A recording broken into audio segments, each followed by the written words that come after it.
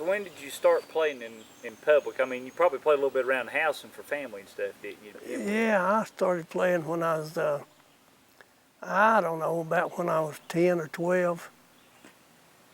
I started playing the, I started playing the fiddle.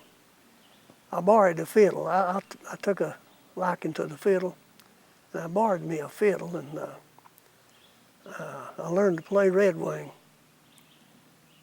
And it took me all day long, but I finally got it where I could play it a little bit. So I guess I kind of drove my mama crazy there for that day, playing it all the time. Do you remember the first place you ever played at in front of people? A little schoolhouse on Powder Mill Creek in Avery County. They had a little one-room school. And on Saturday night, me and another boy would go down. We played guitars then, 2 guitars. His name was Joe Cantrell. And we'd go down on Saturday night to that little schoolhouse and play, you know, and there'd be a big crowd of people come in to listen to us. Well, that's the first time I ever played in public. Did they dance around and stuff, or were they just there to listen? They just started to listen. Did you get paid for it? Lord, no. Well, when's the first time you got paid for playing? Oh, hell no, I don't know. Back when I played on the Carolina Barn Dance, I guess. They started that doggone thing, and it'd been going on for a little while, and they didn't have a fiddler. So O.D. Calhoun, he came by one day, and he said, we need a fiddler on the barn dance. And I said, O.D., I can't play the fiddle good enough to play on the barn dance. And he, oh, yes, you can. So I told him, I said, well, I'll try it. So I went and played on the barn dance till they quit having the thing. It was at the Carolina Theater, and they just have music, different guests come in and play, you know.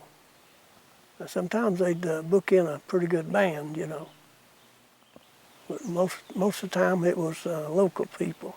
It's a lot like a Grand Ole Opry was, but just local, wasn't it? Right, yeah. It was on the radio too, some, wasn't it? It was on Liberty Network. And I don't know how long it run on the Liberty Network. Tell us some of the famous folks that rolled through there. Can you remember a few of them?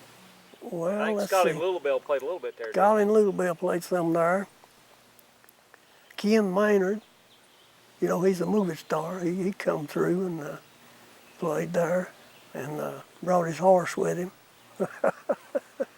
I don't know, there was several famous bands that played there. Pretty good crowd on Saturday night, and they had it too. Oh, they had the thing packed on Saturday night.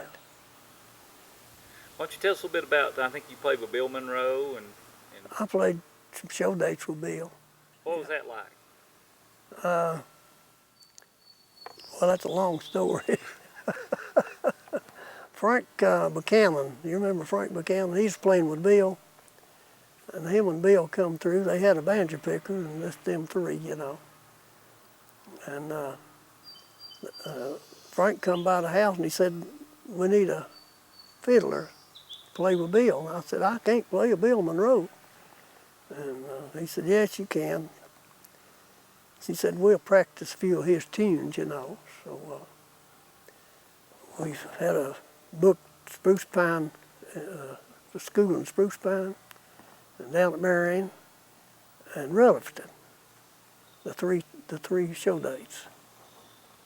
We practiced a little bit, me and Frank, something Bill would play, you know, and all that stuff. So we made out pretty good.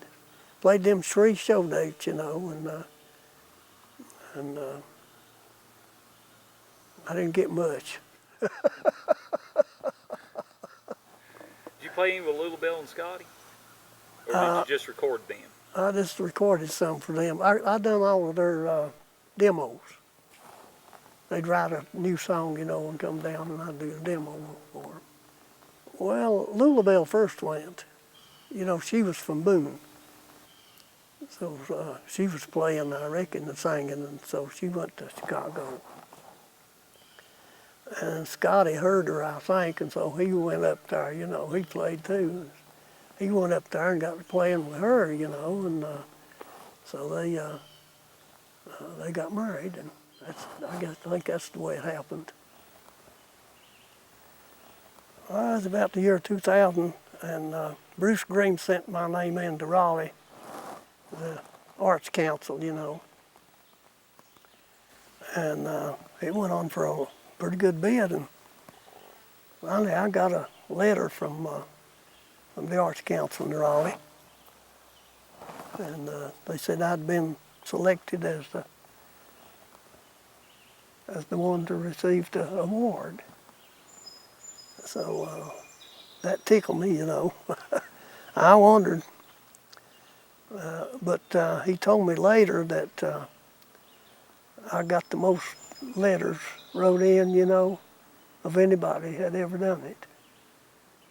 Well, that's got to make you feel... That did tickle me. to know that people recognize your lifetime's worth of work. Yeah.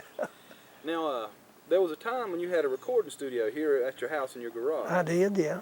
Tell me a little bit about the recording studio. That was about 1971, I believe it was. I started off with one little old recorder in the house, you know, and I just it kept getting bigger and bigger. So I built where my garage is now. I built a thing as a studio, and so we went in together with. I went in together with a couple more guys, and we bought out the studio in Hickory and moved it up here into my building. We done pretty good. We recorded a lot of stuff for people, and we would record an album for them, and they always wanted me to go ahead and order their albums and and all of that stuff. Didn't get beat but one time. Everybody paid you. Everybody paid me one time. Now, you had Mayland Records back then, though. Yeah. That was the name of the record label. Why don't Yeah. you tell us a few people that recorded on it? Well, let's see. The Greener Grass, that's a bluegrass group. But there was a lot of, I can't remember all of the gospel. It's mostly gospel, you know, in my business. And they came from Iceville and Johnson City and places like that, you know, when I recorded them. So I can't remember all of the names, you know, that did, but it went on for a pretty good bit, a year, I guess, or a year or two. And the other guys wanted out, you know. So we sold what equipment we had. We bought out a studio in Hickory to start with, and so we sold our equipment. Most of it, I bought some, you know, myself. And when the other guys got out, well, I went back into it myself. And I run it for about a year or longer. So recorded a couple of albums for myself.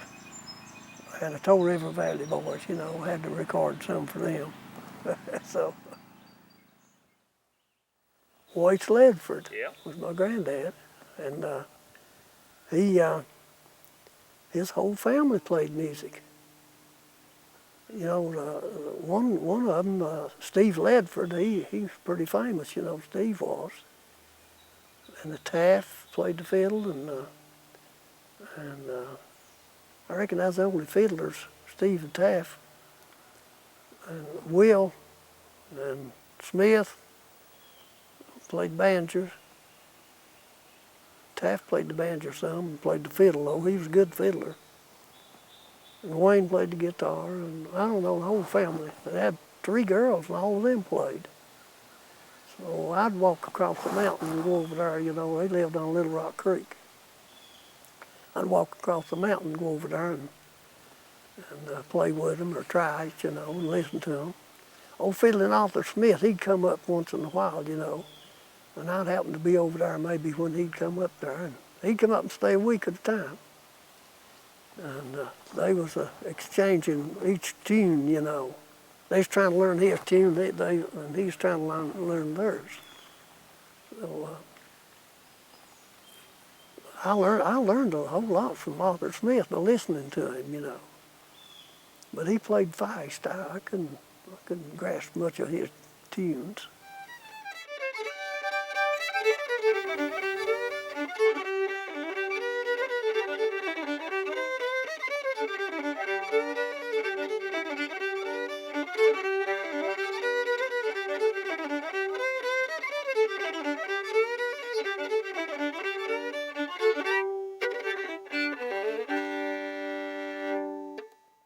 Nice. You get it? Yeah, that was great. Good.